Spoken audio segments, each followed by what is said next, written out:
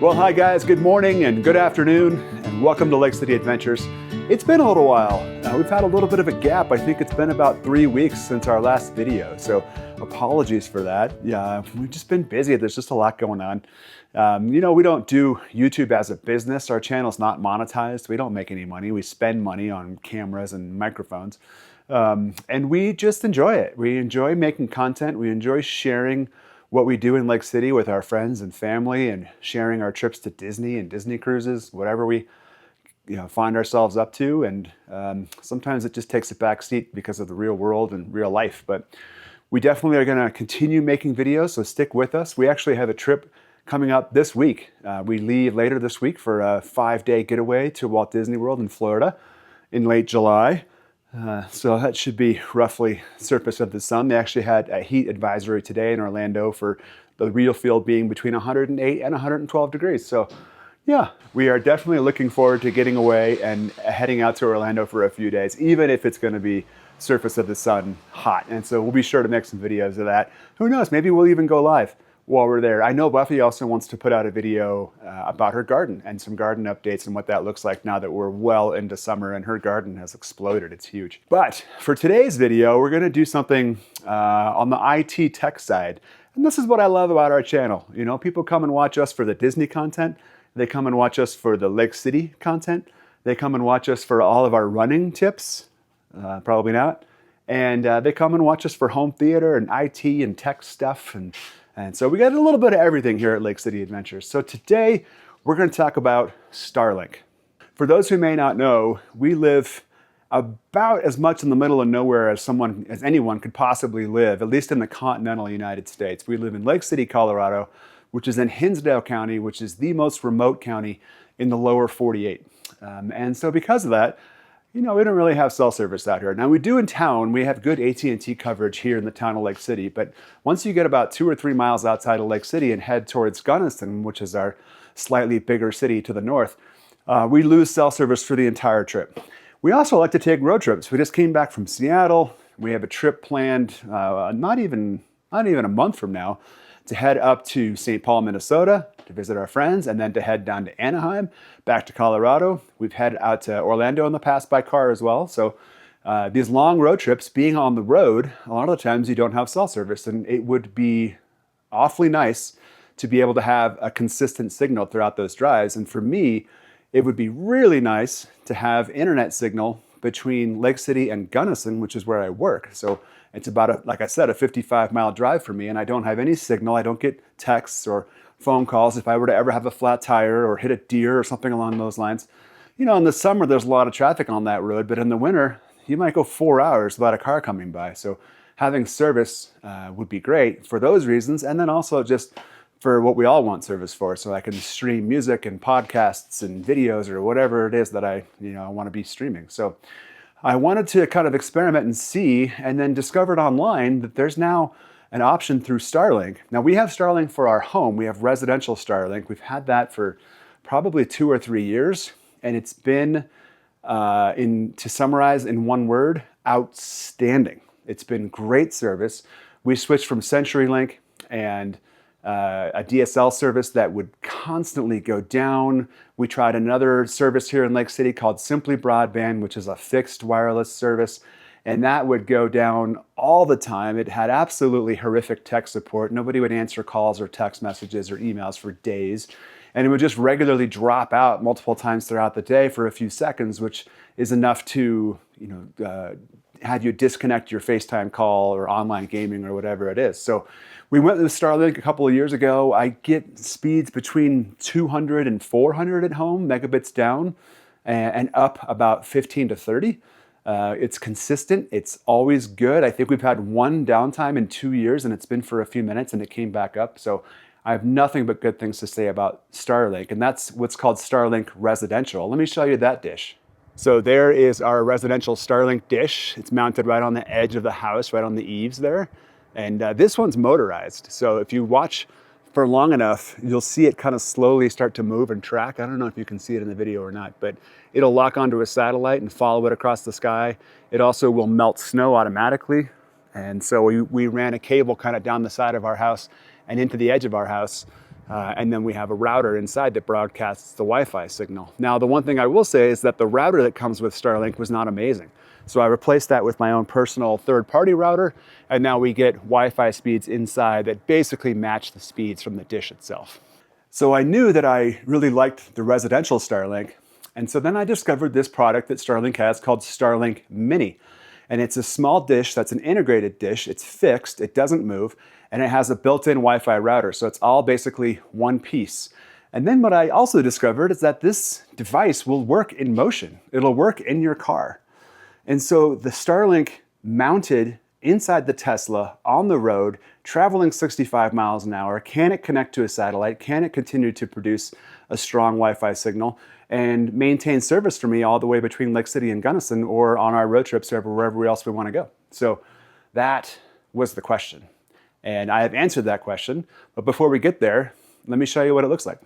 All right, so here it is. Here's the Starlink Mini. Now, I will say this is not really an unboxing video. I have already had this in my possession for about 2 months or so. I almost made a video when I first got it, but I wanted to give it some time so I could actually use it and make sure that I could give you a confident review of how well it works and whether I liked it or not before making this video. So I kind of put things back together in the boxes to kind of show you what it comes like when you get it from Starlink. But this has already been opened once. Now also, I got the refurbished version. If you look on their website right now, a new Starlink Mini is $499. And I got this as a refurbished model for $349. It looks like it comes in a different box, more of a plain cardboard box, but outside of that, it came looking absolutely brand new. I would never know that it was not a brand new item. And so personally, I would recommend the refurbished highly. And it looks like right now on the website, the refurbished actually is $299. So this is the Starlink Mini itself. This is a 12-volt adapter. For whatever reason, Teslas don't have 110 outlets in them. So this is a cable to allow you to plug it into a 12-volt quote-unquote cigarette lighter. This is $45 through Starlink. And then this was a third-party device that I picked up on Amazon, and there's a bunch of different types of this, but essentially this is what allows you to mount the Starlink Mini using these dual suction cups here to the glass roof of your Tesla to give it a clear view of the satellites. And I'm going to show you that here in a few. So let's take a look. Here's the Starlink Mini. We open this up. It comes with some basic instructions here on the inside of the box, just kind of, picture diagrams about how to set it up. It's meant to be basically a plug and play operation. So it comes with this. This is just packing padding, and then here's the actual device itself. Here's the Starlink Mini. It has this little adapter that clips into the back here, and this is the stand that it comes with. And we're actually going to remove that.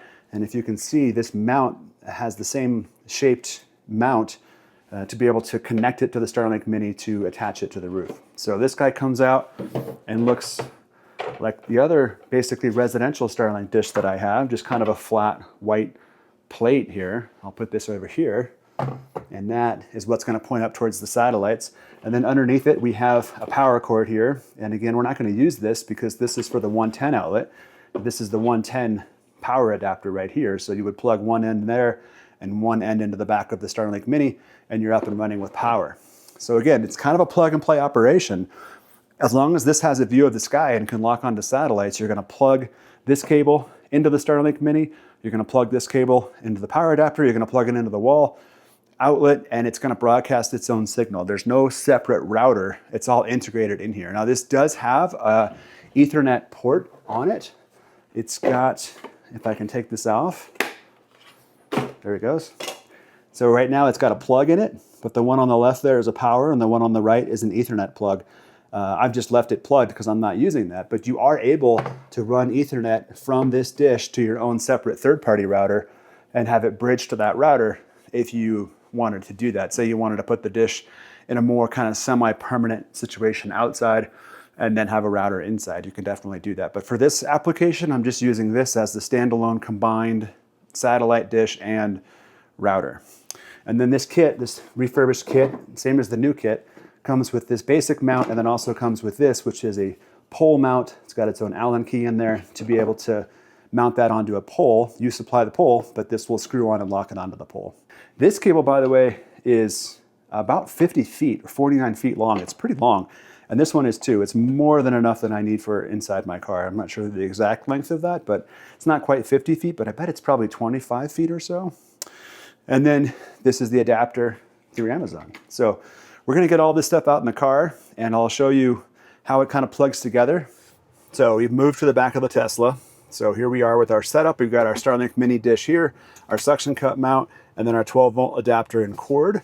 So the first thing I'm gonna do is just remove this adapter that comes with the Starlink. We're not gonna use that because that's basically the one that's meant to be used if you're just setting it on the ground. And so this guy, this adapter, this suction cup adapter, has the exact same size mount that fits right into, it's custom designed for the Starlink Mini dish. So this little kind of triangular rhomboid shape, whatever that is, fits right into there and clips right in. And so it comes with these sides here that are adjustable, and you can adjust it here and you can adjust it here. And so you can turn this around either way. You know, right now I have this set so that the suction cups are facing down, so that when I actually suction cup it to the glass here on the roof, it'll be pointing up towards the sky. But you can also adjust these and flip them around and then suction cup it to the top of your car if you wanted, say you were camping or whatnot. You know, I think if you were using it in a Tesla, I would always put it inside because it's been working great. And that way it's protected from the weather. But if you were using a car that doesn't have a glass roof and you wanted to just stick it to the paint or to some other surface, you could certainly adjust these suction cups however you want. So this guy just slides in and pops just like that. And now it's connected. And I mean, literally all you have to do is stick it to the roof and plug it in and it's good to go. Like I said, it's got its own router, so we don't have to worry about that. I chose this spot right here. So I'm sitting in the back seat of my Tesla. This is the trunk back there. I think you certainly could put it on the trunk glass, but then you're gonna have a cable running when you open the glass kind of in the way. So I chose to put it right here. You can see, because it's been up there already, you can see that the suction cups were attached right here to the inside of the glass. And I'm gonna put it to the exact same place. And that way it's out of the way. It's not in the passenger's way. It doesn't hit heads or anything like that.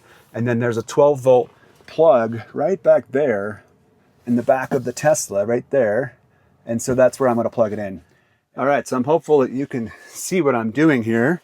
So I'm gonna take my cord and just pre-load it through this little gap in the mount. There's a gap right there. So we're gonna put the cord through there.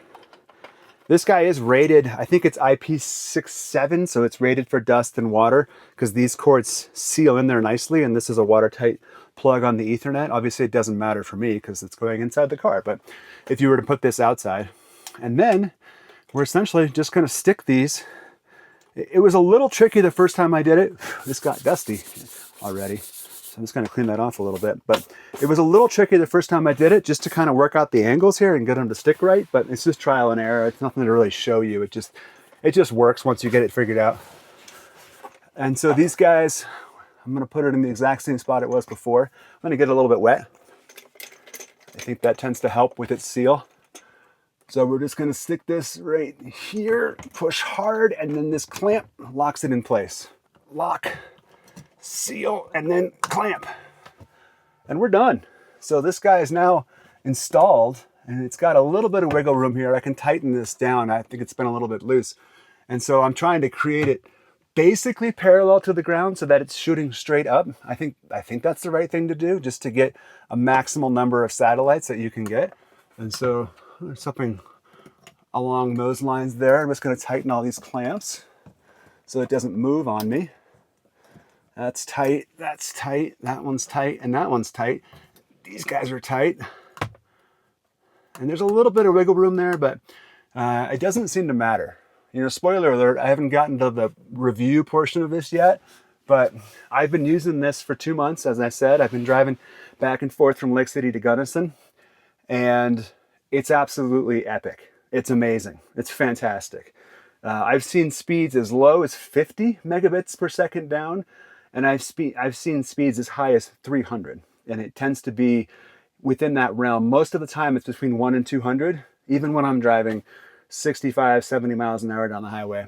How it does that is mind-blowing to me. I must have enough satellites up there that it's seeing simultaneously. I'm not exactly sure, but it doesn't matter to me because it works great. So how it does it, I don't care. So yeah, this cord's here. Now, what I'm gonna do in terms of cord management for now, this is temporary. I know a lot of you out there will criticize this, but I'm just tucking this cord. There's a decent gap in the headliner here, and I'm just tucking the cord in there, just so that there's no cord kind of falling down anywhere, and just kind of getting it out of the way. It seems like this headliner is pretty loose, and I bet I could get it all the way to that other side without much of a problem, but I'm not going to worry about that now. And then I'm just going to throw this in the back, and we'll take our 12-volt adapter and go plug it in. All right, so here's the 12-volt adapter, Starlink. It's a generic USB-C, so that's nice. So we're just going to plug this in to the side of the car, and we've got power. Now I've just been kind of stashing this cord down there in this side pocket, and I know that this isn't, like I said, the cleanest install in the world. I can run this cable underneath my mats and kind of hide it and even tuck it. Let me see if I can show you. Tuck it inside this. This is a protective mat behind the seat, so I can tuck it inside that too, and really get it pretty well hidden without having to do any sort of pulling trim or anything like that. But I think if you really wanted to get it professional, you would run it underneath the headliner here to this spot, and then run it probably along here and then drop it down. I don't think I'm going to worry about that. I also want to keep this somewhat portable. You know, it's the easiest thing in the world to just pop those suction cups off and take this out to a campsite or put it on a different car or wherever you want to put it. So by putting it through the headliner and whatnot, it becomes less portable. So I actually like this setup as it is. All right, so we have plugged it in, and it's got a little indicator light here. So this blue light will tell you that it's got power. Right now it's just firing up. It's been powered up for about a minute or so. There we go, so it just connected.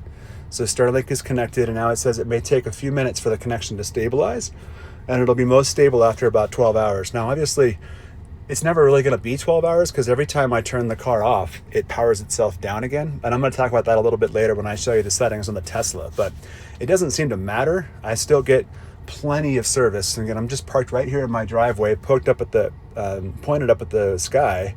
One thing I'll point out here, right above where it says Oski Mini there, is that obviously you do have to have a service package as well. So the prices that I talked about are the prices for purchasing the equipment, and then you do have to pay monthly. Now I pay $120 a month for my residential service, and that is unlimited download data. There's no caps, there's no throttling, and that's been the case. I use a ton of data at home and never had an issue.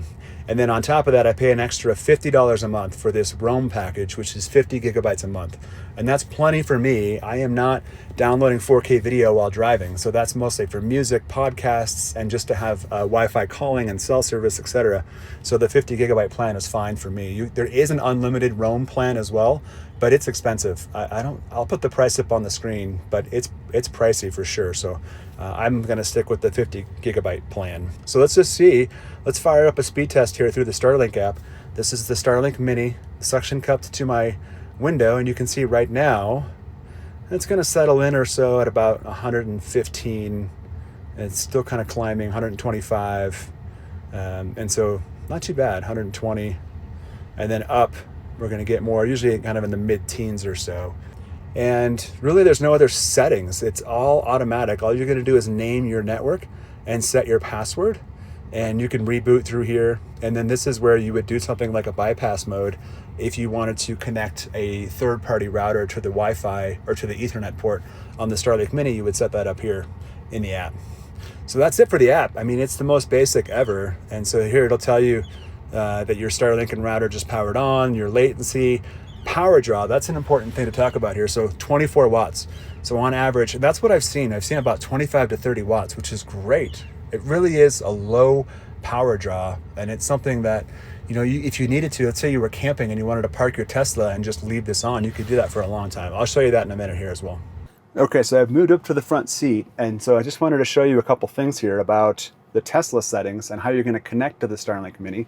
The Starlink Mini is right behind me, right up there. It's fired up and running and broadcasting a great Wi-Fi signal. So I'm going to come to my Wi-Fi settings first, and so if you go into the vehicle settings right up here and just tap on the Wi-Fi icon, you can see right now it's actually connected to Oski. Oski is my home residential Starlink.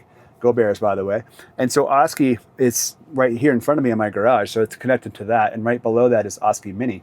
So if I just tap on Oski Mini, then I will switch my connection from my house to the Starlink Mini on the glass roof here. So now I'm connected to Oski Mini. And then if I hit this little drop-down button right here, you see this little option right here and that says remain connected in drive. And that's a fairly recent update that Tesla pushed, but that allows you to not lose the connection to Wi-Fi. What it used to do is every time you went from park to drive, it would lose connection to Wi-Fi and you'd have to reconnect it. But as long as you have that selected, it'll stay connected. And I have found, I would say, a 90% success rate in the vehicle automatically connecting to Osky Mini as I drive away from my house and staying connected throughout the entire drive. So I did have a recent software update through Tesla that was 2025.26. And once that software update downloaded, it kept disconnecting. Every minute or two, it would disconnect from the Wi-Fi. And I deleted the connection and reinstalled the Wi-Fi or reconnected with entering the password to the Wi-Fi, didn't fix it. Then all I had to do was turn off Wi-Fi and turn Wi-Fi back on. And ever since then, it's worked great. So the other setting that you really need to know if you're going to use this in your Tesla, it's under charging in your menu. This is your charging menu. And then if you scroll all the way down, there's this little setting here at the bottom that says keep accessory power on. And so I have that turned off right now. So normally, when I pull home, I pull into my garage. I don't have a view of the sky, and I already have Starlink at home. So I don't need Starlink running when I'm parked. So I have that turned off. But if you were to leave that on, it'll leave that 12-volt electrical port turned on all the time, even when the car's in park and powered down. And that way your Starlink will maintain its Wi-Fi signal indefinitely as long as there's enough power in the battery of the Tesla. So I can drive this up to our off-grid cabin.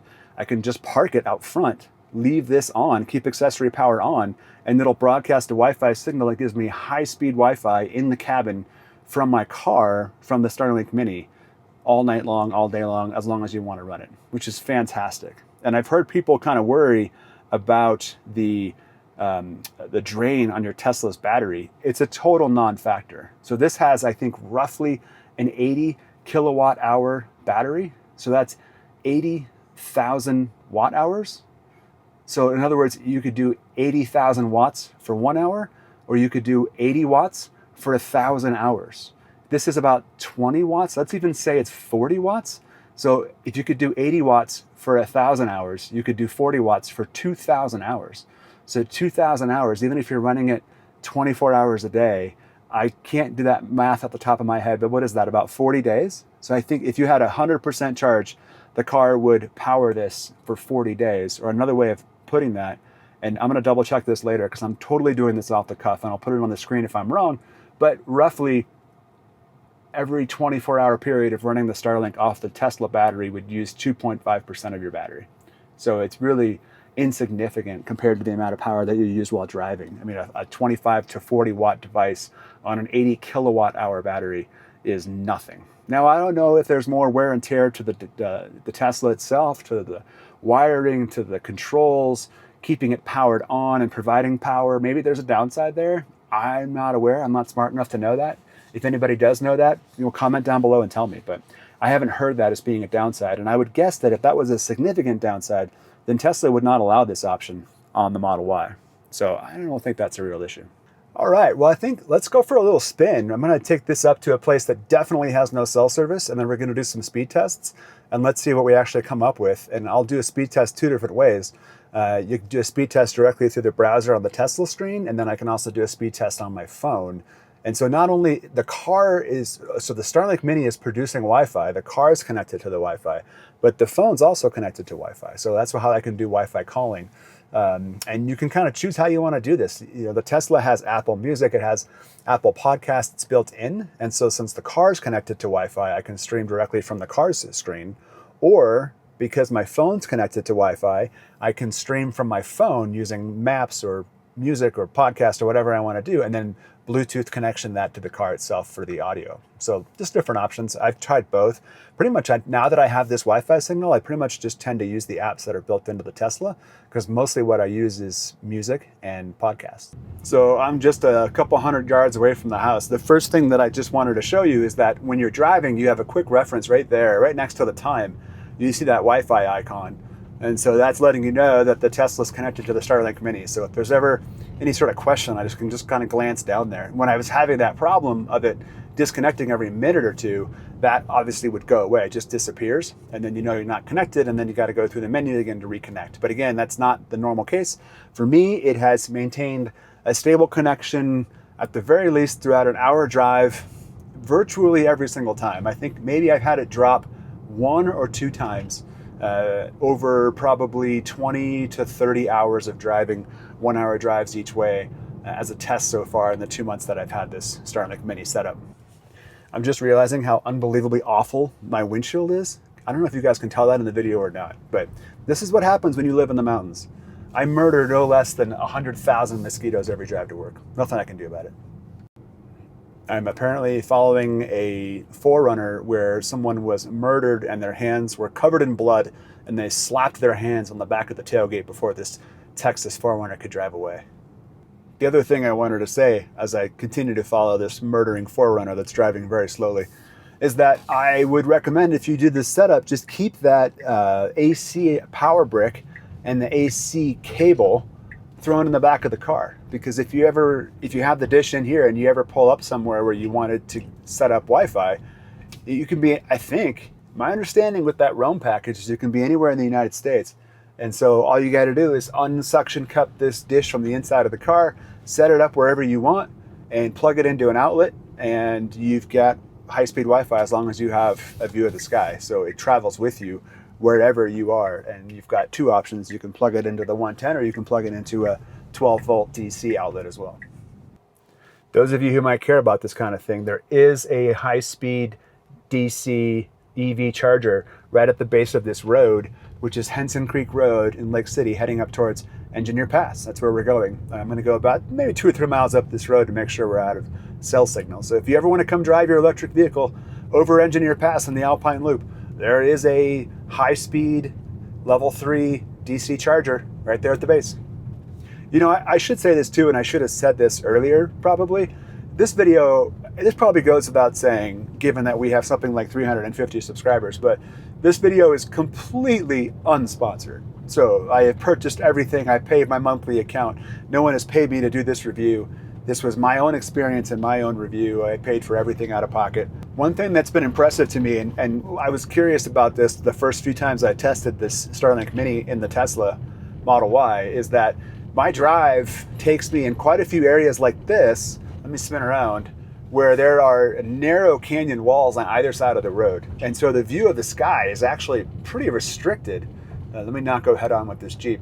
My view of the sky is actually pretty restricted because of these canyon walls. And so you would think that maybe that would block the signal depending on where the satellite is in relation to the dish, but that's absolutely never been an issue. It works just as well in these deep canyons as it does in wide open plains. And so you can see the dish there behind me. It's pointing straight up, right? So it's pointing, I mean, I guess if you went under an overhang, you're probably going to lose your signal. But as long as you have a clear sky directly above the glass roof of the Tesla Model Y, you are going to have a good signal from the Starlink Mini. I just wanted to show, so I'm driving. I'm still within this canyon with these steep walls. I am moving at about 20 miles an hour, and I'm going to do a speed test right here through the browser in the Tesla. And let's see what we get driving in a steep canyon at 20 miles an hour, and we're gonna get it's gonna end up being about 60, I think. So that's not as fast as my home. Oh, now it's bumping up. Oh, and we ended up at 80.37. So yeah, not as fast as my residential Starlink, but not too bad, bouncing on a dirt road in the middle of a canyon. And I think it's gonna be even faster when we get up higher, but 80 is more than I need to stay connected in the vehicle for the tasks that I'm trying to do while I'm driving. Again, I'm not trying to, don't take your Starlink Mini and go be distracted streaming 4K HDR video. That's not the point. I'm also going to point out that it's raining pretty good right now. So I don't know if you can see that on the glass either, but I don't think that's affecting the signal too much. It was raining when I got that speed of 80, which was pretty good, but I don't know, maybe it would be 100 without the rain. I'm not sure. All right, so I have traversed just another few minutes up the road and pulled off to the side of the road where I have a good clear view of the open sky. There is absolutely no cell signal here. And let's see what the Tesla's browser comes up with on a speed test, and then we'll test our phone in the exact same place next. I think that the phone is going to be faster than the Tesla just because of a higher quality Wi-Fi chip, but let's see. So what are we getting? We're getting about 100, a little over 100 speed. This is the Tesla browser. That's pretty darn good, especially, I mean, it's raining right now, so that's a pretty good speed. I'm happy with that. And then about 11 up. So let's test it on the phone. All right, so we're using an iPhone 16 Pro, and we are testing our speed. We got 103.91 on the car browser.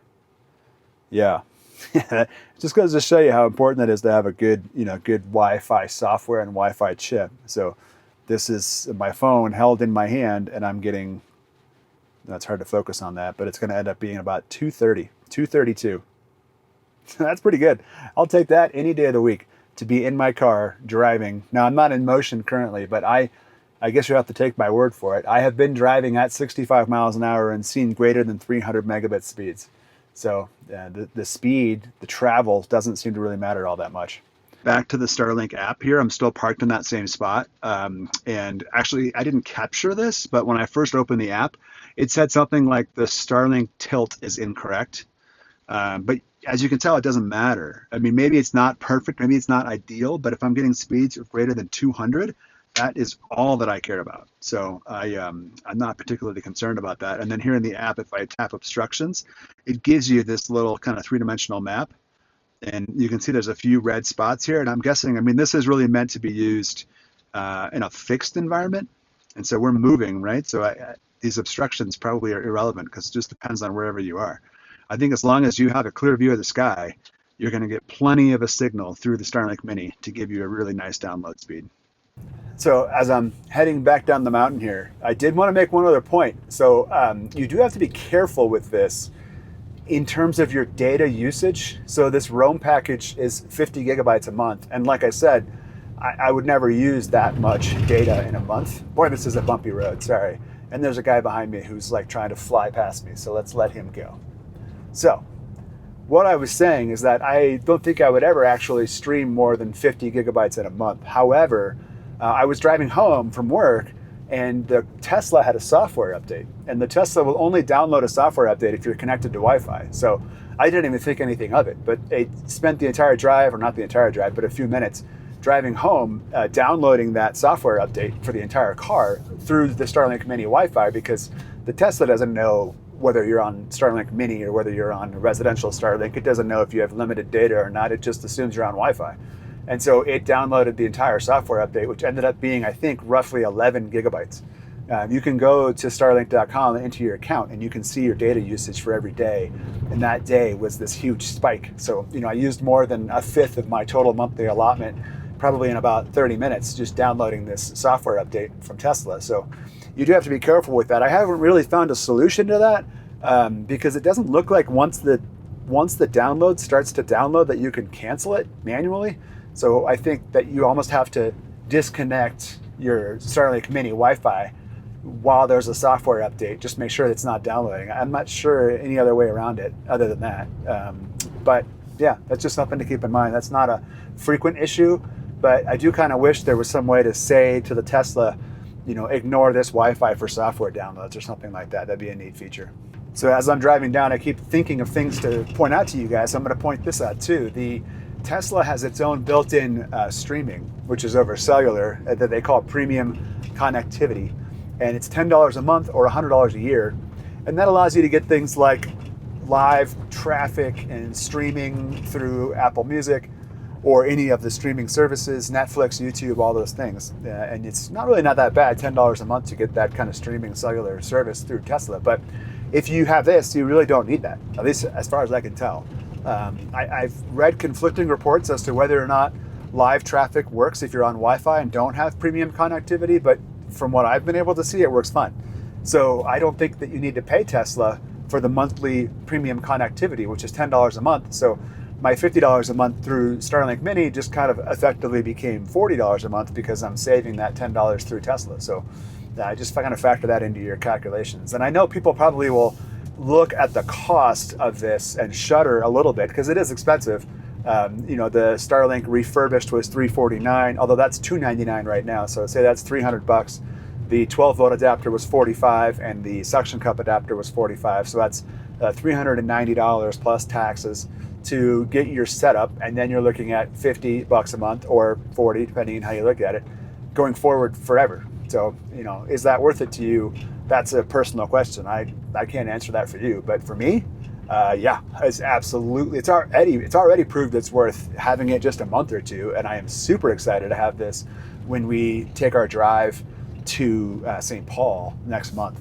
Especially when I drive to work, it's just me in the car. So really, I'm streaming music or I'm streaming podcasts. But if you have two people in the car and you're on a road trip and you have Wi-Fi, like actual Wi-Fi, in areas where there's not normally cell service, now you can work, you can stream, you can download videos, you can communicate, text, chat, call, do all those things. So I think it's worth it. Plus the idea of being able to, I can drive this thing to a camping spot in the middle of nowhere and park it and leave that setting that says keep accessory power on turned on, and I've got high-speed Wi-Fi. In fact, if you guys have been following our channel, you've probably seen previous videos from us at the ice hut out on the lake. There's an absolutely terrible cell signal out there in the middle of the lake. And so I'm pretty excited this winter to drive the Tesla out to the ice hut, park it right outside the front door, leave accessory power on, and we should have high-speed Wi-Fi inside that ice hut without any sort of additional equipment or need for wires or anything like that. That's going to be pretty awesome for streaming things like avalanche games while ice fishing, which is probably my favorite thing to do. We're almost back home, and I'll give you my final review, but one more point.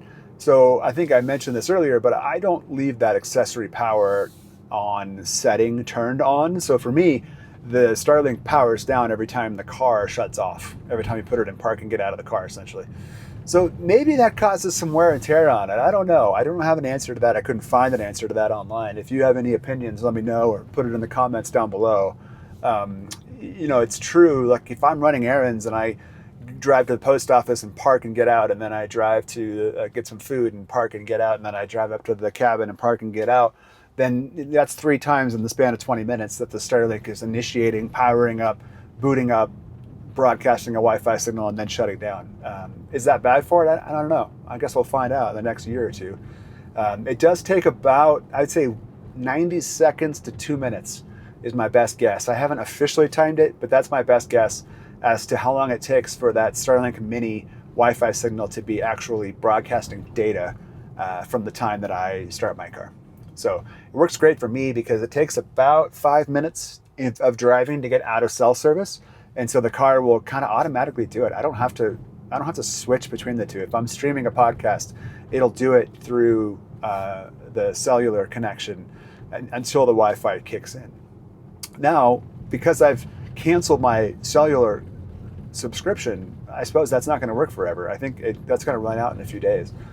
So I guess we'll have to see how that works. There might be a couple of minutes of gap before the Starlink Mini actually fires up to give it a true signal before it can stream, since I'm not paying for the premium connectivity through Tesla anymore. So I'll let you know, or we'll do a future update video if there's anything that changes with that. But I don't think that's going to be a deal breaker by any means. I think it would be a big pain if there was a long delay, or if it kept connecting and disconnecting and reconnecting, etc. But that has not been my experience. All right, guys, we're back home. And so final review of the Starlink Mini mounted to the inside glass roof of the Tesla Model Y. I think I'd give it a 9 out of 10. The only reason I wouldn't give it a 10 is that it's kind of expensive. And so, it's several $100s to get it up and running and $50 a month, which I don't think is an unreasonable price for having access to high speed 200 to 300 megabit speeds anywhere in the United States. It's not geo-linked or restricted. You don't have to stay within your home network. You can, I think, drive anywhere, at least in the continental US, and park and have access as long as you don't exceed that 50 gigabyte data limit. And you could always, if you had a 2-week trip where you were really going to be using it heavy for that 2-week trip, you could always upgrade your plan for that month, pay the extra money for the unlimited plan, and then go back down to the regular plan when you're not, when you're not traveling. That'd be totally reasonable too. So it's easy install. I mean, that's as easy as it gets. It's convenient. It's hands-off. The Tesla connects automatically. It stays connected. It's beautiful being able to not have to worry about having music and podcasts downloaded every single day I drive to work. I can just stream it as I go. And the tech nerd in me loves it. I love that I can get phone calls and texts, not that I should be doing, but hands-free while driving between Lake City and Gunnison. And I love that I have access to emergency communication too if I were to have a problem on the road. So overall, I would highly recommend. Please let me know down below in the comments if you've tried this, if you've had success, or if you've had any issues that I haven't thought of or haven't come across yet. I'd love to know that. Otherwise, guys, thanks for joining us on Lake City Adventures. And again, stay tuned. We will be having more videos coming up, hopefully sooner than 3 weeks this time. And we'll see you next time. Take care.